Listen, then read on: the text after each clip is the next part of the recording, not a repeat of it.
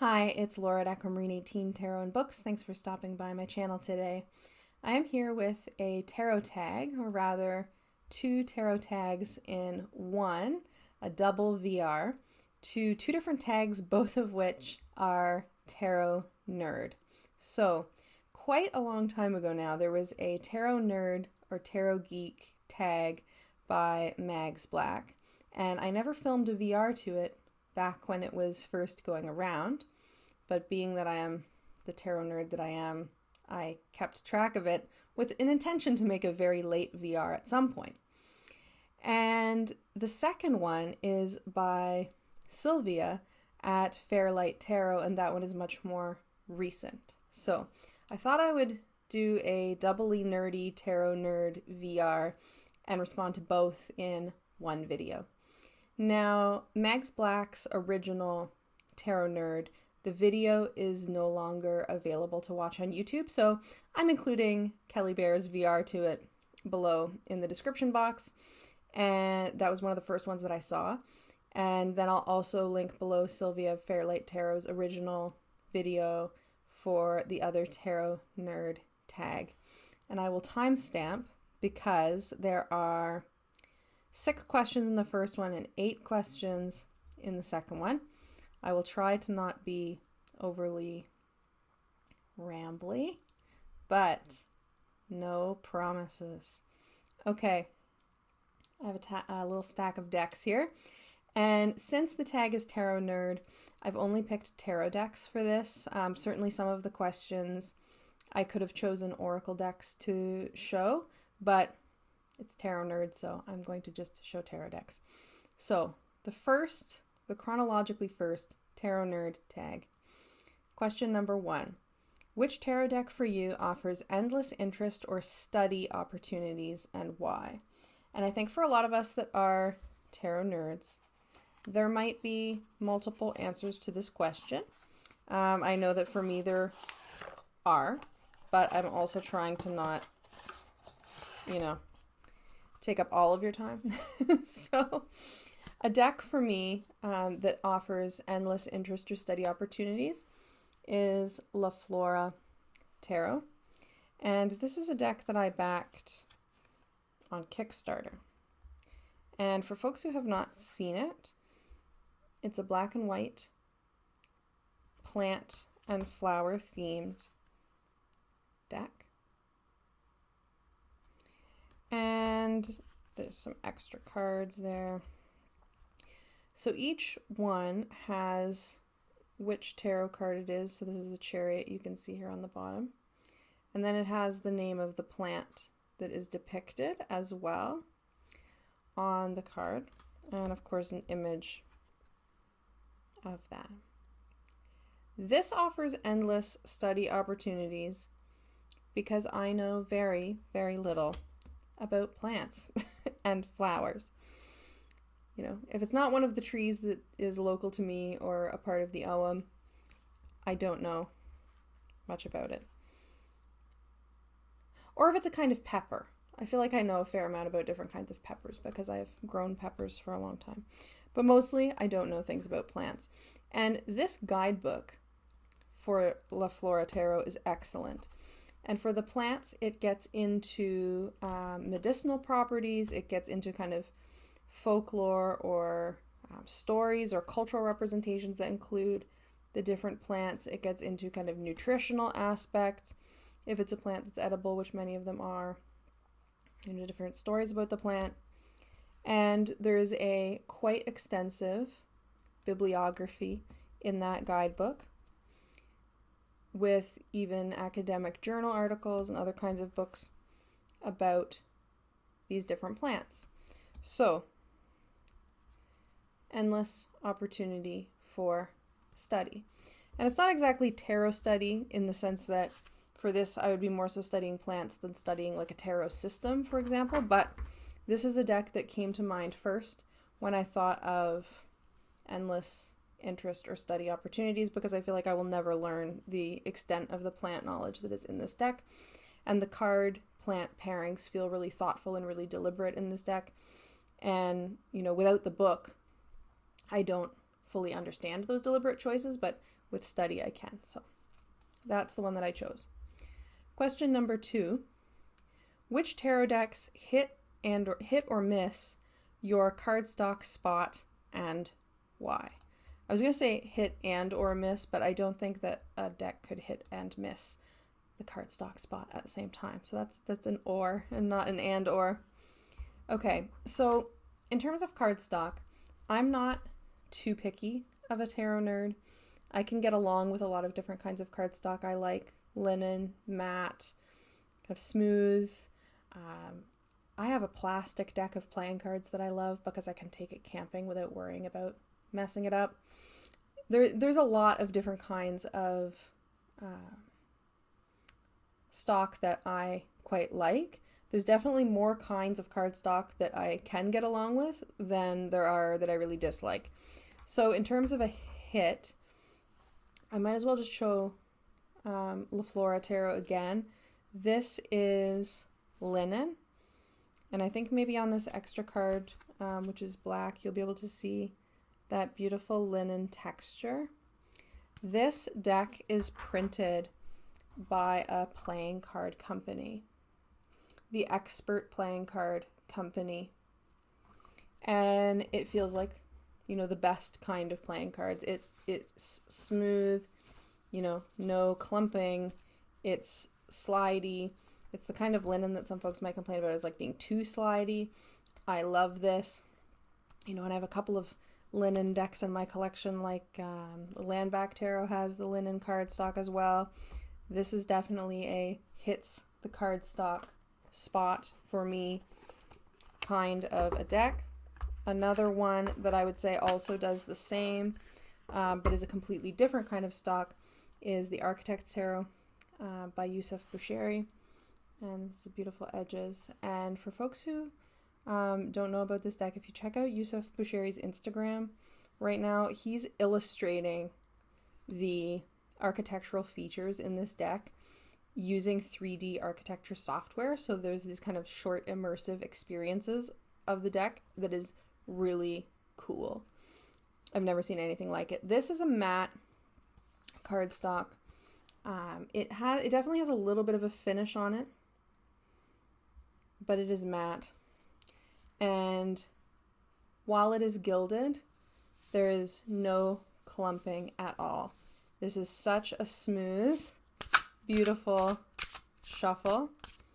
I love this deck. I love this cardstock. And this one, you know, not many decks have this, but this one, I'm going to put it up to my microphone, has this really satisfying swish sound, as well as shuffling easily and smoothly. So definitely that one and other decks like it is a good cardstock for me. I also love the really thick cardstock on La Courte des Tarot. I would not want every deck to have that, but I think that it's fabulous. You know, there's a lot of cardstocks that I like, so those are some of the ones that stood out. Now, the ones that miss, I've got two decks to pick on here. One of them, I'm sorry to say, is the first deck that I ever owned, and it was the only deck that I ever owned for a very long time, and that is the Jonathan D. Tarot pack. You can begin to see the problem. It's very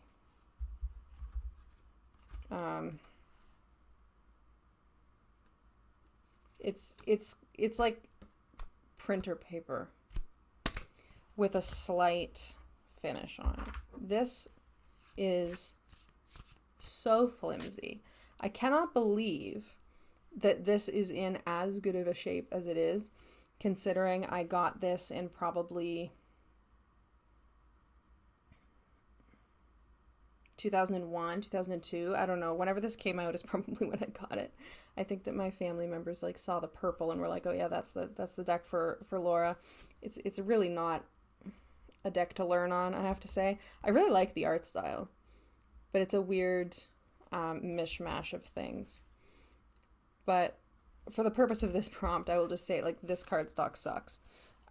Overly thin cardstock that feels flimsy and like I'm going to rip it is not cardstock that I like.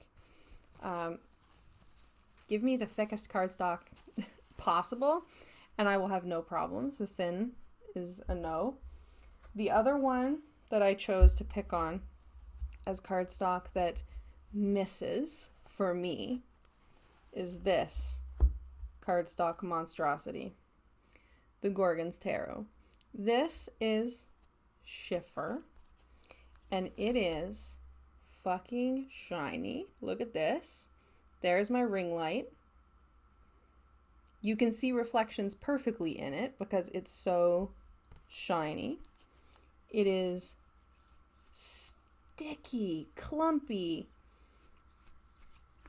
This does not shuffle nicely because it has this weird gloss on it. And these cards are big. I don't have a problem really with the size. I can overhand this, but see, it's sticky. It is a big deck. I'll make a comparison. And I think that the size makes the cardstock even worse. That's a standard deck of La Flora Tarot. So, you know, the Schiffer sticky cardstock is the worst in my opinion. And on a deck that's this big, and I have I don't know, like a 9 key reach, we'll say, octave of +1, it's even worse because it just sticks and clumps and is impossible and makes a mess. So, Gorgon's Tarot, miss on the cardstock. I would rebuy this in a different cardstock in a second. I love the deck. I hate the cardstock. Okay, next up. Does size matter? Favorite shapes and sizes of decks, smallest deck and largest deck. Okay, so in terms of having something to show you, I just focused on my smallest and largest because I didn't want to be here all night. I do like, I will say, just in terms of shape of decks, I do really like weird shapes, like unconventional shapes. I like the kind of oval shape of the Luminous Void a lot. I really like a square deck.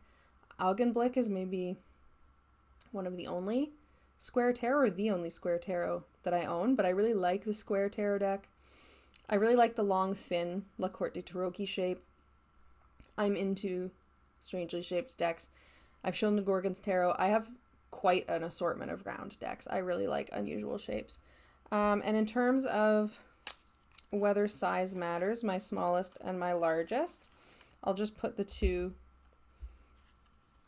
against each other here. For the largest, I have the Next World. It's the biggest deck in my collection. And then I have, there's the little baby Visconti, this little one. And just for fun, here's a standard if you don't have either of these decks to give you the sense of the size. So there's the biggest one, the standard, and the smallest one. Does size matter? Yes, but not as an indication of value or what's better or worse. I do find, for example, that some decks are so big that doing a large reading on my reading table is not possible because there's just not room. I do have a mini Next World as well as the full size. I love them both. But, you know, size is not going to ever be the deal breaker for me, I don't think. So, does it matter? Perhaps other features matter more to me. Now, is there a favorite... This is question number 4. Is there a favorite tarot artist, author, creator, publisher, etc. that you enjoy the most or collect, and why? There's a lot of creators that I enjoy and whose work I love, and I think making a tarot nerd video probably makes that pretty obvious that there's a lot of tarot artists and authors and creators that I love their work. A few kind of stuck out to me thinking about what to show you. just on the basis of being the creators from whom I have the most different decks. So, own multiple different decks from the same artist, and so therefore they would be, I guess, the ones that I collect the most. Though certainly there are others that I also maybe have 2 decks from. 2 creators jumped out at me as ones that I have 3 different decks from both of these creators. One is Tina, who's Queen of Wands on Instagram and created the beautiful Naturescapes Tarot that everybody who's seen my channel before knows that I absolutely adore this deck. This is a deck that made me first want to create a deck of my own. Tina's decks are a huge inspiration to me creating my OM deck, and what I would eventually like to do with my own photography to make an oracle deck. Like these are just amazing. Like the curation of images that Tina does, I think is really, really special. And so I do collect her decks, and I have Naturescapes, Tarot of Architectural Objects, and Page of Cats, which is a cat deck, a photographic cat deck, all by the same person. So definite favorite, obviously. And Naturescapes, if pressed to pick a favorite deck, which that no tarot nerd wants to be pressed to do, that's it for me. The other person who I thought of, who I have 3 different decks created by, as well as a couple of other items as well, actually, is Cedar McLeod. And Cedar McLeod created this deck, the Numinous Tarot, and it misses for me on the cardstock. This is an old one. Cedar has since printed this on more linen cardstock, and I gotta say, I'm tempted to get a linen cardstock copy of Numinous, because this older one is quite glossy. You can tell it's not like Gorgon's. It's nicer, but I do prefer the other. But for Cedar's decks, I have Numinous Tarot, Threadbound Oracle, and the Uncertain Oracle. And I read Cedar's novel, and Cedar's working on another novel that is a prequel to the one that I already read, and I'm going to read that too. So, needless to say, I'm a fan. So, those are 2 creators that I really enjoy, and whose work, I guess, I collect, since I have 3 decks from each. Question number 5 of Tarot Nerd tag number 1. Any favorite art styles or themes?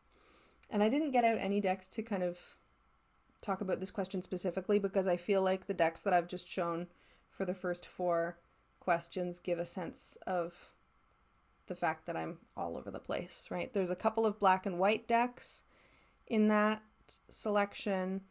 The Architect's Tarot is this really kind of soft watercolor palette. We've got photos, we've got, Christy C. Rhodes' art is a little bit more kind of, you could imagine it in a graphic novel or something like that. Cedar McLeod as well, like the art feels really contemporary.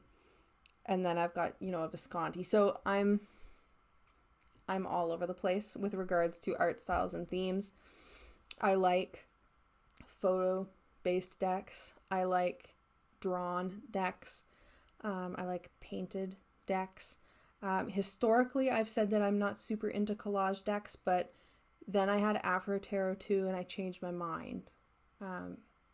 Because that deck is genius and beautiful. I don't have many collage decks, but I love decks that are colorful. I love decks that are black and white, and I love decks that are limited color palettes, like something like Transient Light, for example. It's not black and white, but it is only 2 colors. Anything I'm good with.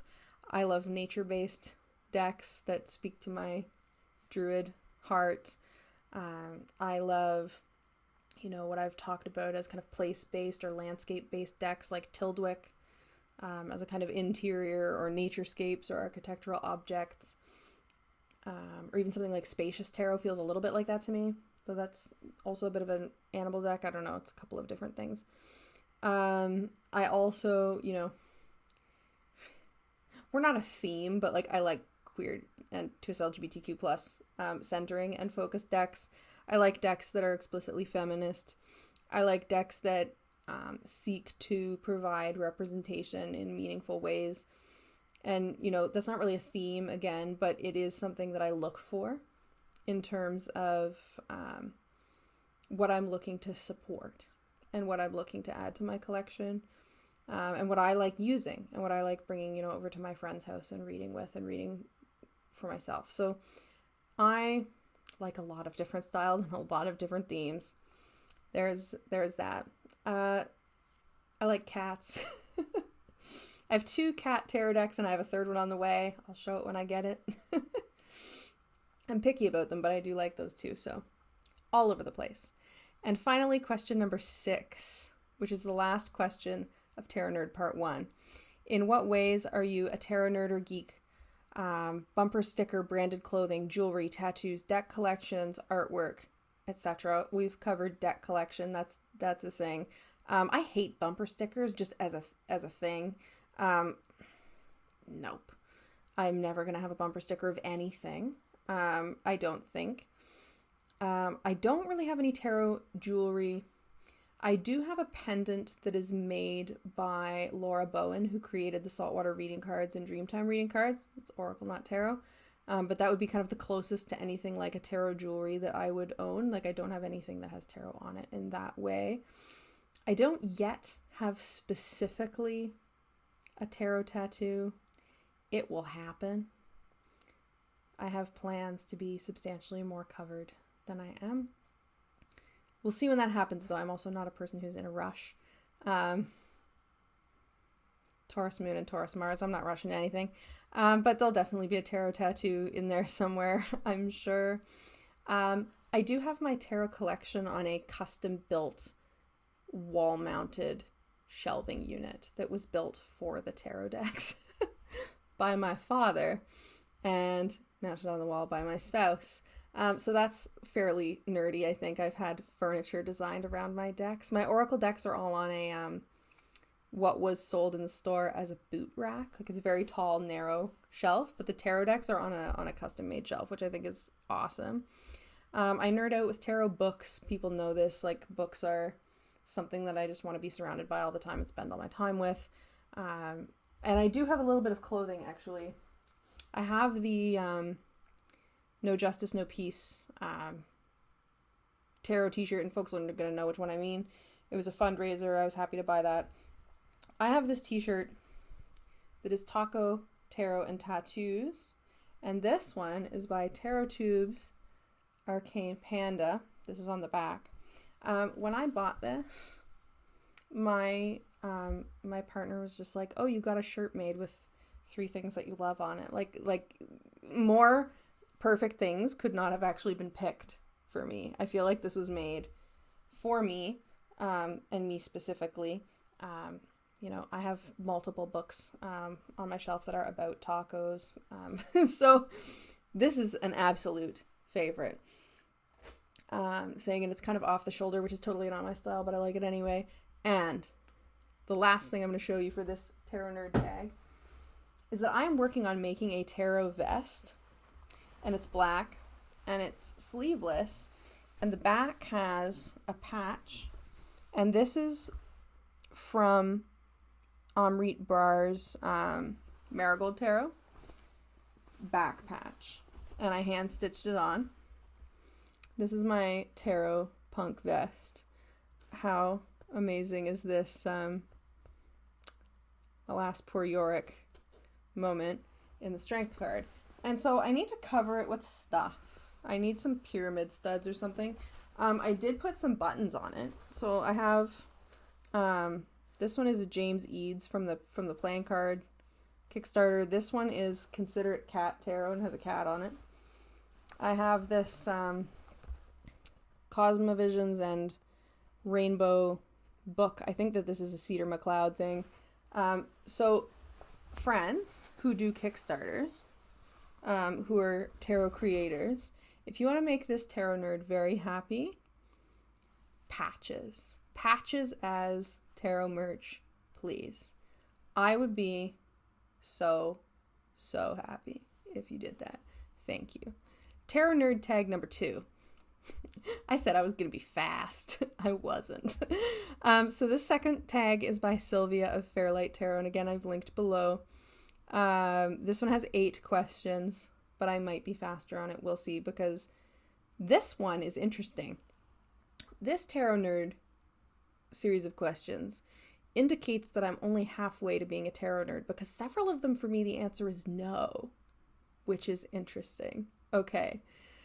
Question number 1, and they're kind of statements, right? And it's kind of a yes or no. Number 1, you're a tarot nerd if you've paid way too much on a single deck. I'm going to say no. I don't think I have. Obviously, this is a completely subjective question. I feel fine with sharing the fact that the most that I've ever spent on a tarot deck, and this was for just a deck and a guidebook. I'm not counting Kickstarters where I bought like a bunch of other stuff. If just buying a deck and the guidebook that goes with it, the most that I've ever spent is $147, and I feel totally fine about it. I certainly had to budget to some extent. It wasn't an impulse buy by any means, but it wasn't too much for my finances or anything like that, and I'm happy with it. So I actually think that no, I don't think I've paid way too much for a single deck, so that one's a no. Number 2, you're a tarot nerd if you've bought backup copies of the same deck. So this is a kind of halfway yes and halfway no. If the definition of a backup deck here is you've bought a second copy that you're going to keep pristine, like in the plastic, or in the box or whatever it came in case something happens to your working copy of a deck, then the answer is no.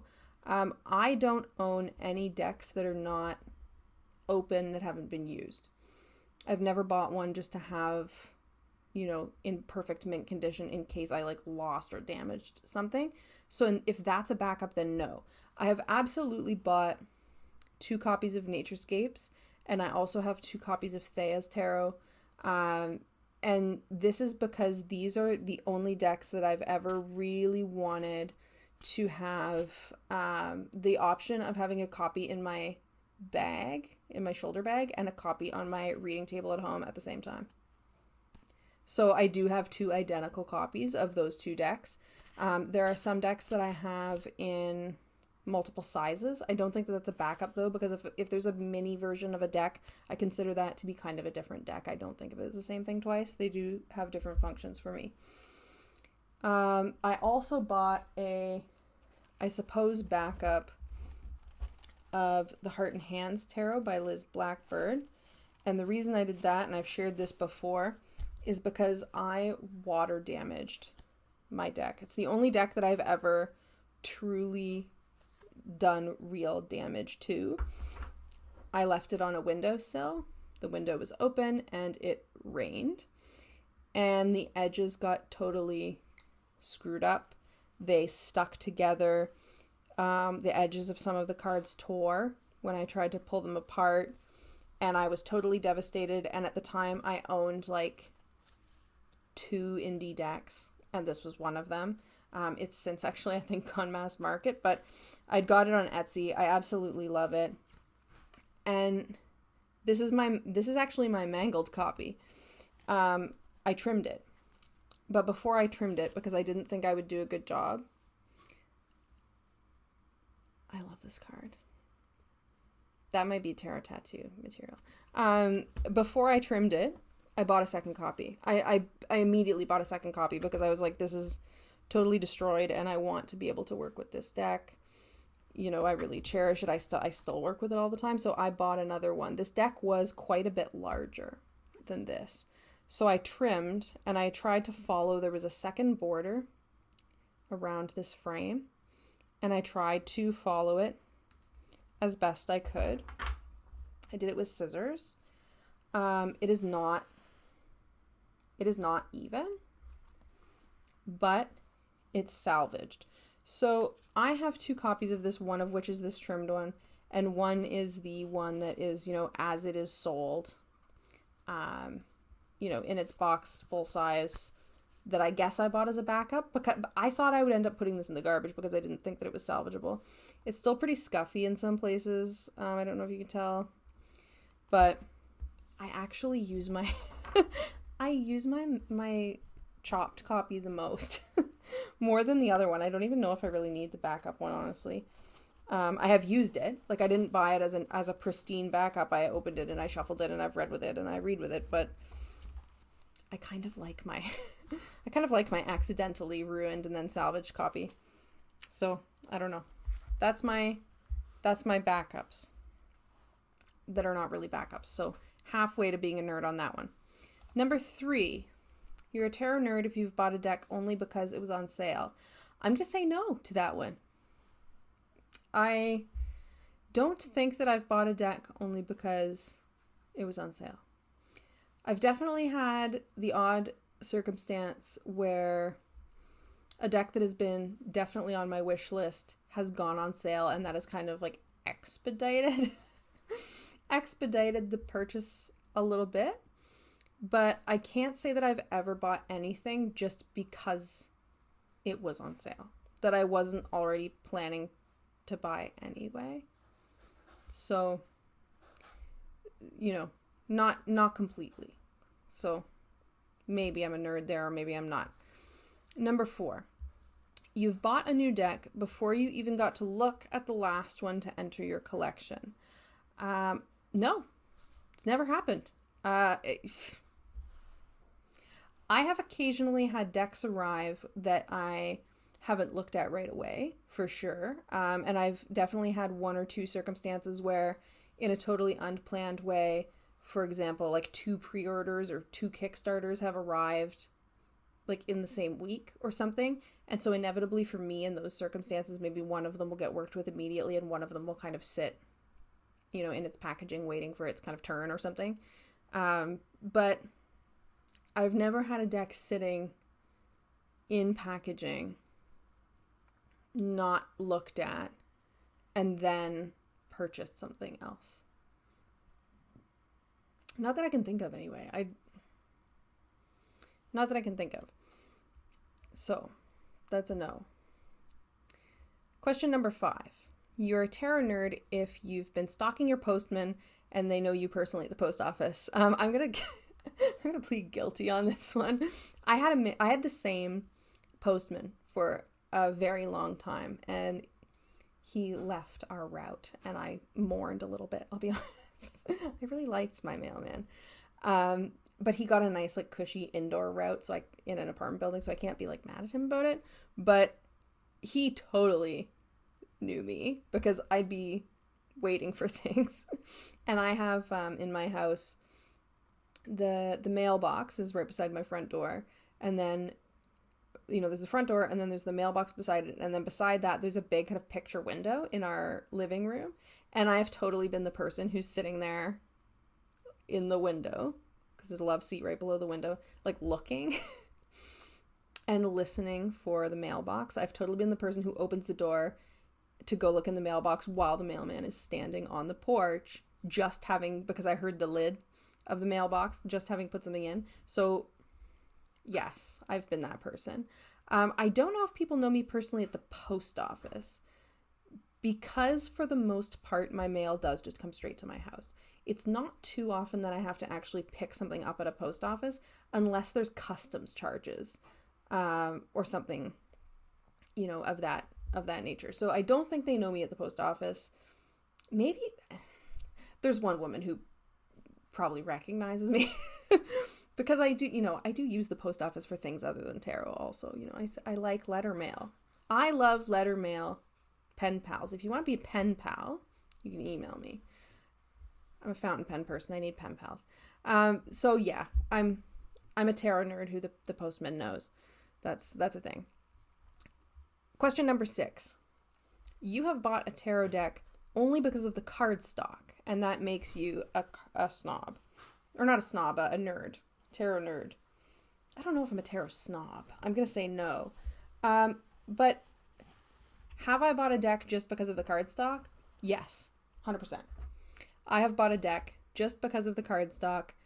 I am a tarot nerd in that respect, and I'm going to tell you that the deck that I bought, I'm just sitting here and I'm going to show you, that I bought specifically only because of the cardstock is also the tarot deck in my collection that cost the most money.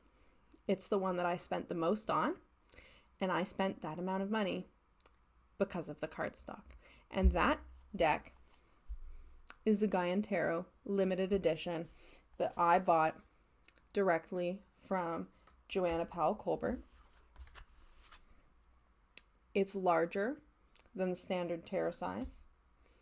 And this does not have the shitty, sticky Schiffer cardstock, which is what this deck is in print and available with now. It also, the in-print version also has some like funky borders, but I could even get past that, the big blue borders. What I could not deal with was this deck in that Schiffer cardstock. I knew I wouldn't reach for it. And I really wanted to work with this deck. I love this deck. And when I saw that this was available as a limited edition from the creator for $147 US, which is what I paid for this with the guidebook. It was a signed guidebook as well. I looked at that and I thought about it, and I thought about what the chances might be of me ever getting the Llewellyn version, which was the one that I was on the hunt for, and I did eventually receive as a very, very kind and generous gift. And I didn't think I would ever get the Llewellyn version. When it was going up on eBay, when it was seldom, it was more than what this cost. So I bought this only because of the cardstock. And it's the most expensive deck that I've ever bought. So, nerd. Number 7, you're a tarot nerd if you have bought, sold, rebought, resold, and rebought a deck. This one is a no for me. Here's something for me to share with you. I've never sold a deck. Not once. I have done a trade, like once. I have gifted decks. I have donated decks to my library's fundraiser sale. I have never put up a deck for sale online.